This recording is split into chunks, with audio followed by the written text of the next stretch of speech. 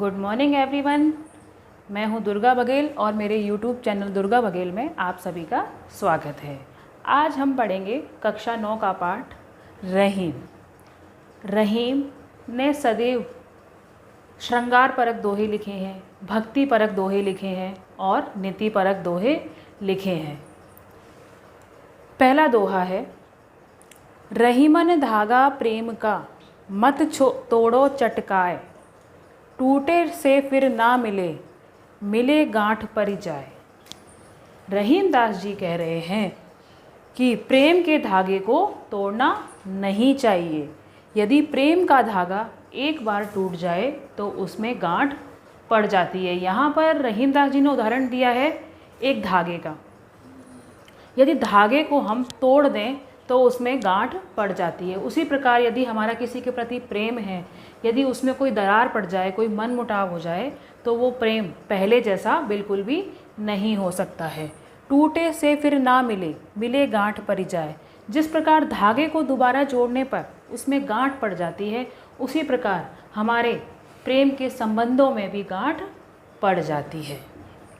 अगला दोहा है, रहीमन निज मन की व्यथा, व्यथा यानी व्यथा या दुख, मन ही राखो गोए, राखो यानी रख कर, गोए यानी छिपा कर। सुनी अठिलेह लोग सब, अठिलेह का अर्थ होता है मजाक, बाँटी न लेह कोय। रहीम दास जी कह रहे हैं कि हमें अपने मन की व्यथा यानी जो हमारे अंदर दुख होता है उसको अपने अंदर ही छुपा कर रखना चाहिए। क्यों रखना चाहिए?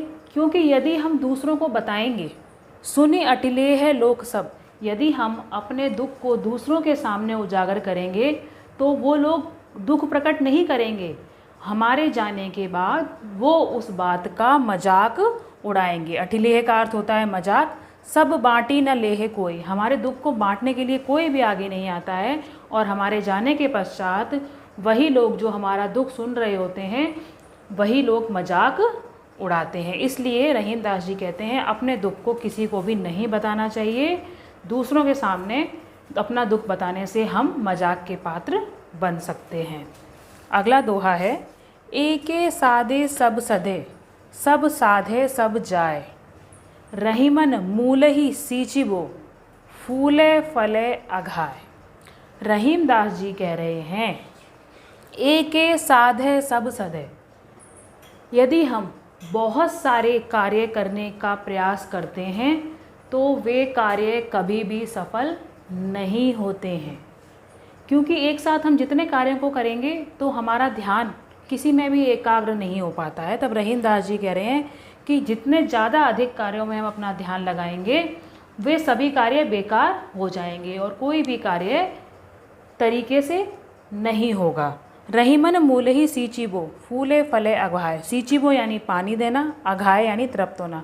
यहाँ पर रहीम दास जी ने ऊपर वाली पंक्ति को नीचे वाली पंक्ति का उदाहरण देकर समझाया है। रहीम दास जी कह रहे हैं कि जिस प्रकार हमें एक पेड़ को बड़ा करने के लिए, सींचने के लिए हमें सिर्फ उसकी जड़ को पानी देना होता है। ऐसा नहीं होता है कि हम उसके डाली पकड़ पकड़ के उनमें पानी देते हैं, ऐसा कभी भी नहीं होता है। हम सिर्फ उसकी जड़ में पानी देते हैं और पूरा पेड़ तृप्त हो जाता है। उसी प्रकार रहीम दास जी कह रहे हैं कि हमें एक कार्य को एक बार में ही ध्यान लगा कर करना चाहिए, तभी वह कार्य पूर्ण होगा। यदि हम 10 कार्यों को एक साथ करेंगे तो उनमें से कोई भी कार्य सफल नहीं होगा। जो आगे बढ़ते हैं, अगला दोहा है, चित्रकूट में रमी रहे, रहीमन अवध नरेश, जा पर विपदा पड़त है, सो आवत यह देश।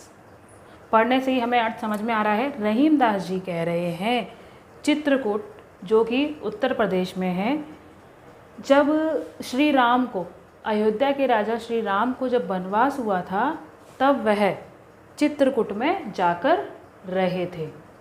चित्रकूट ऐसा स्थान है जहाँ पर वास्तव में कोई व्यक्ति दुखी होता है तो उसको अपार शांति की प्राप्ति होती है। इसलिए कहा जाता है जो व्यक्ति दुखी होता है शांति प्राप्त करने के लिए वह चित्रकूट जाता है। तो रहीम दास जी ने कहा है कि अवध के नरेश अर्थात श्री राम जब वनवास के समय बहुत ही दुखी थे तब वह चित्रकूट में रहने के लिए गए थे। अर्थात दुख के समय वह शांति प्राप्त करने के लिए वहाँ पर गए थे। तब से ही उस स्थान को और भी ज़्यादा पवित्र माना जाने लगा है। आगे रहीमदास जी कहते हैं, जा पर विपदा पड़त है। रहीमदास जी कहते हैं, जिस पर दुख आता है, जिस पर कोई विपत्ति आती है, संकट आता है, वह व्यक्ति शांति पाने के लिए आवत यह देश, अर्थात वह व्यक्ति शांति पाने के लिए चित्रकूट जाना पसंद करता है। अगला दोहा है, दीरघ दोहा अर्थ के आखर थोरे आहीं, ज्यों रहीम नट कुंडली सिमटी कूदी चढ़ी जाहीं। रहीमदास जी कहते हैं, दीरघ दोहा अर्थ के, जैसे ये हम दोहा है, ये दोहे ही पढ़ रहे हैं हम, जैसे ये 2 लाइनों का दोहा है। दोहा सीमित अर्थों में भी, दीर्घ यानी दीर्घ, बड़ी, सीमित अर्थों में भी बहुत बड़ी बात कह देता है। दीर्घ दोहा अर्थ के यानी कि वह दिखने में तो छोटा लगता है लेकिन बात बहुत ही बड़ी कर देता है। आखर थोड़े हाई, और दोहे में अक्षर भी बहुत कम होते हैं लेकिन उनके अंदर जो छिपी हुई बात होती है वो बहुत ही बड़ी होती है। ज्यों रहीम नट कुंडली, रहीमदास जी कहते हैं, जिस प्रकार जो नट जाति के जो बाजीगर होते हैं, उनको बाजीगर कहा जाता है, जो खेल दिखाते हैं। नट जाति जो होती है, जैसे कि छोटी सी जगह में से निकलना, सिकुड़ कर निकलना, यानी छोटी सी कुंडली होती है, सिमटी कूदी जाई। जो नट जाति का बाजीगर होता है वह छोटी सी कुंडली में से भी सिकुड़ कर उसके अंदर से निकल जाता है।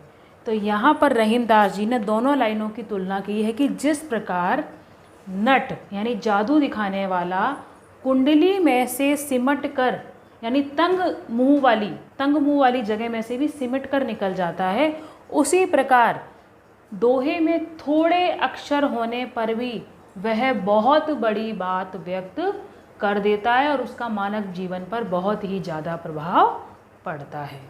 अगला दोहा है, धनी रहीम जल पंख को लघु जिये पियत अघाय, उददी बड़ाई कौन है जगत पियासो जाए। रहीमदास जी कहते हैं, पंख का अर्थ होता है कीचड़, कि कीचड़ के जल को पीकर लघु जिए यानी छोटे जिए, अघाय यानी तृप्त होना। कीचड़ के जल को पीकर छोटे छोटे जीव अपने आप को तृप्त करते हैं, अर्थात अपनी प्यास को बुझाते हैं। उदती बड़ाई कौन है जगत पियासो जाए, और उदती यानी समुद्र, कि समुद्र दिखने में तो बहुत ही बड़ा होता है लेकिन हम उससे अपनी प्यास को नहीं बुझा सकते हैं। हम उसके किनारे जाकर भी जगत प्यासो जाए, हम उसके किनारे खड़े रह सकते हैं, वहाँ खड़े होकर हवा खा सकते हैं, लेकिन हम उस पानी को नहीं पी सकते और वहाँ से प्यासे ही वापस आ जाते हैं। इस दोहे के द्वारा रहीमदास जी कह रहे हैं कि जिस प्रकार समुद्र बहुत बड़ा होते हुए भी मनुष्य को तृप्त नहीं कर सकता है, परंतु कीचड़ का जल छोटे छोटे जीवों को भी तृप्त करता है। इसलिए हमें छोटे वस्तु का कभी भी निरादर नहीं करना चाहिए। दोहे के द्वारा रहीमदास जी यह बात कहना चाहते हैं कि समुद्र इतना बड़ा होने पर भी संसार के लोगों की प्यास नहीं बुझा सकता, परंतु कीचड़ का गंदा पानी बहुत छोटा भी होता है, कीचड़ का पानी, और वह गंदा भी होता है, तब भी वह छोटे छोटे जीवों को तृप्त कर देता है, अर्थात उनकी प्यास बुझा देता है। इसलिए इस संसार में महान व्यक्ति वही है जो किसी के काम आए। समुद्र बड़ा है परंतु उसका पानी खारा होता है, पीने योग्य नहीं होता है, इसलिए इस दोहे में कीचड़ के जल को महान बताया गया है। यानी महान व्यक्ति उसी को कहा गया है या महान वस्तु उसी को कहा गया है जो किसी के काम आए।